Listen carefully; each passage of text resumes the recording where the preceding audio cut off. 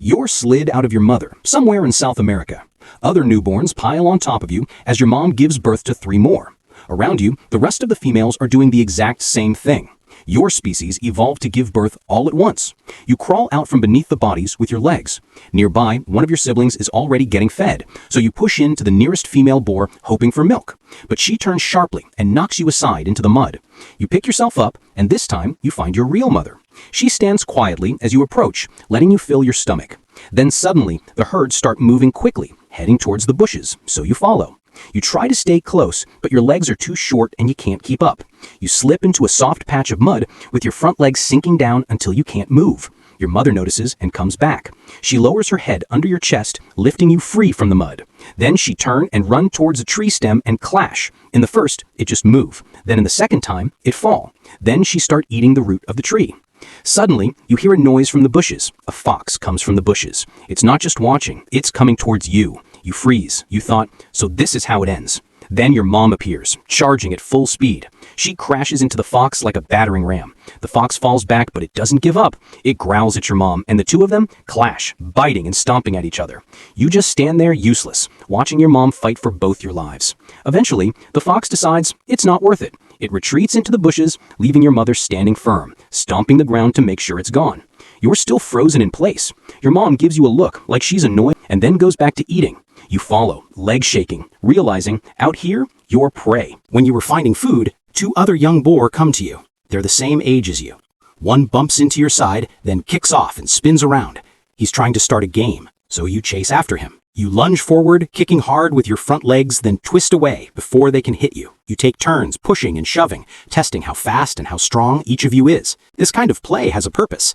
It teaches you the basics of how to move and dodge in case any predators attack. You follow your mom everywhere, eating whatever stuff she eats and staying far away from anything with sharp teeth. It's a simple plan. Stick close to your mom, do what she does, and hope for the best. But one day, your sibling ventures too close to the river, and spam, a crocodile. It take her into the river. You watch from behind. Then your mom take a stone and throw it in the river. Then wait. Then she go to drink from the river. One day, you unknowingly make a noise. Creep!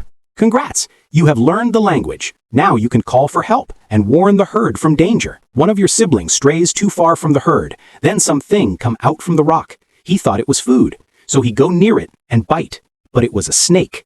It coils and turn back. But the snake bite him. Your sibling tremble. Then he becomes still. Your mom charge towards the snake. The snake bite your mom, but your mom has a thick skin and resistance to snake venom. Your mom bite the snake. The snake shake its body to be free from your mom. Your mom bite the snake until it fall down.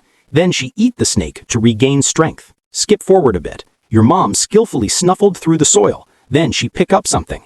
Then you try for the first time. You didn't get anything. Then you try again. You fail.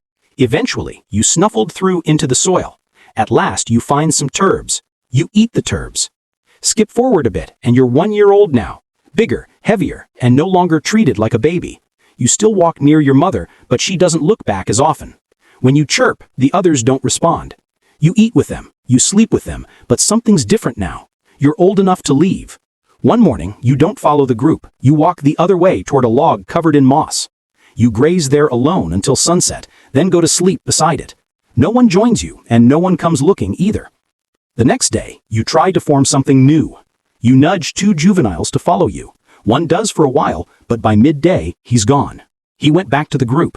So you stand by the riverbank, unsure what to do next. That evening, you rub your snout against a tall patch of reeds, leaving your scent behind. You wait in the shallows, watching the trail, but no one appears. On the 3rd day, you walk farther downstream and see a different group. There aren't that many of them. A few females lie on the side of muddy water, their striped piglets weaving between their legs. You keep your distance. They're not your family, and the matriarch will drive you off if you get too close. Not far away, a lone male stands, twice your size, with torn ears and scarred shoulders. He isn't part of the group, but he lingers nearby, watching for a female ready to breed. Every part of him says, "Don't challenge me." So you don't, pretending to eat root through the soil. The big male lifts his head once, stares, then snorts and goes back to foraging. You don't dare challenge him. Instead, you slip into a shallow wallow at the edge of the muddy water, rolling in the mud until it coats you. You climb out dripping with mud and begin eating tubers quietly at the forest edge, acting like this was your plan all along. The big male watches once more, then ignores you. He doesn't chase you off right away, so you linger at the edge of the clearing. But as the days pass, each time you come too close, he drives you back into the brush. The big male tolerates no rivals. You trail the sounder for a while, feeding on roots and shoots wherever you can, but always at a distance. Then the male suddenly slows down, lifting his head and freezing in place. Before you understand what is happening, a pack of wolf explode from the bushes. They surrounding the adult male. The adult male charges, trying to drive them away. The wolves attack from the side, circling him, snapping and biting. The male fights with all his strength, tusks raking and grunting ferociously, but the wolves are too many. One lunges for his flank, another snaps at his shoulder, and soon deep wounds slow him down. Despite his size and power, the coordinated pack wears him down. With a final struggle, he collapses.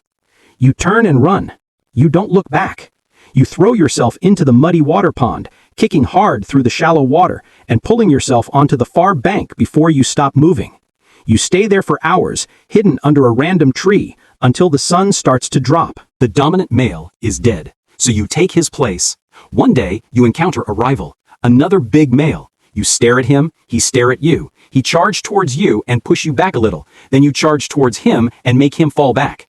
Then he tried to take his tusk under you, but you move backward. And then you lower your tusk and push him, then he fall to the ground. Then he retreats into the bush. You're 5 years old. You growl in the forest. Tell others like, I am here, but no one comes. You growl again. Then a shape appears among the trees. A female boar. You glance at her and then deliberately turn away, pawing the ground and scraping your tusks against the bark. She circles you once, then she stops behind you. Then you step toward her and mate. When it's over, she slips silently back into the undergrowth. You don't need to fight or push others aside. You just need to move the right way at the right time. You're 6 years old. You walk at the edge of the forest where the fruit trees grow. A mango drops nearby and rolls past your feet. You bite once, then again. Sweet juice filling your mouth as you chew. The skin tears easily. You swallow half before the other even notice it fell. 2 females and a younger male are close by, all focused on their own fruit. A few more drop around you, bouncing off branches and landing in the leaves. One of them rolls farther, slipping into the bush. You step after it without thinking. Then, something yanks your leg sideways. A wire closes tight around your ankle, jerking you off balance and slamming your body into the ground. You try to push up, but your leg stays pinned. The wire is too strong. You twist hard and kick, dragging yourself in a half circle through the dirt, but it doesn't loosen. You struggle harder, digging your teeth into vines, ripping at the bush that hides the anchor, but nothing breaks. The snare holds your leg out at the wrong angle, and the more you pull, the deeper it cuts. The others are already gone. When the snare snapped shut, they ran without even taking a look at you, and just like that, you are killed.